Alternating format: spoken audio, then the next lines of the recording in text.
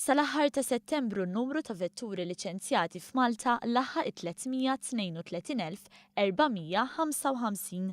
Meta mqabbel mat-tielet kwart tas-sena li għaddiet kien hemm żieda ta' 11,030 karozza.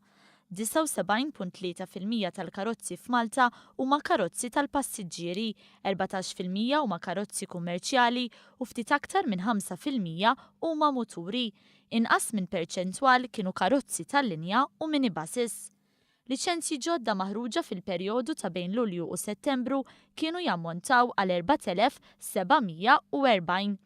3,814 mill-liċenzji inħarġu għal karozzi tal-passiġġieri u iktar minn 400 liċenzja inħarġu għal muturi.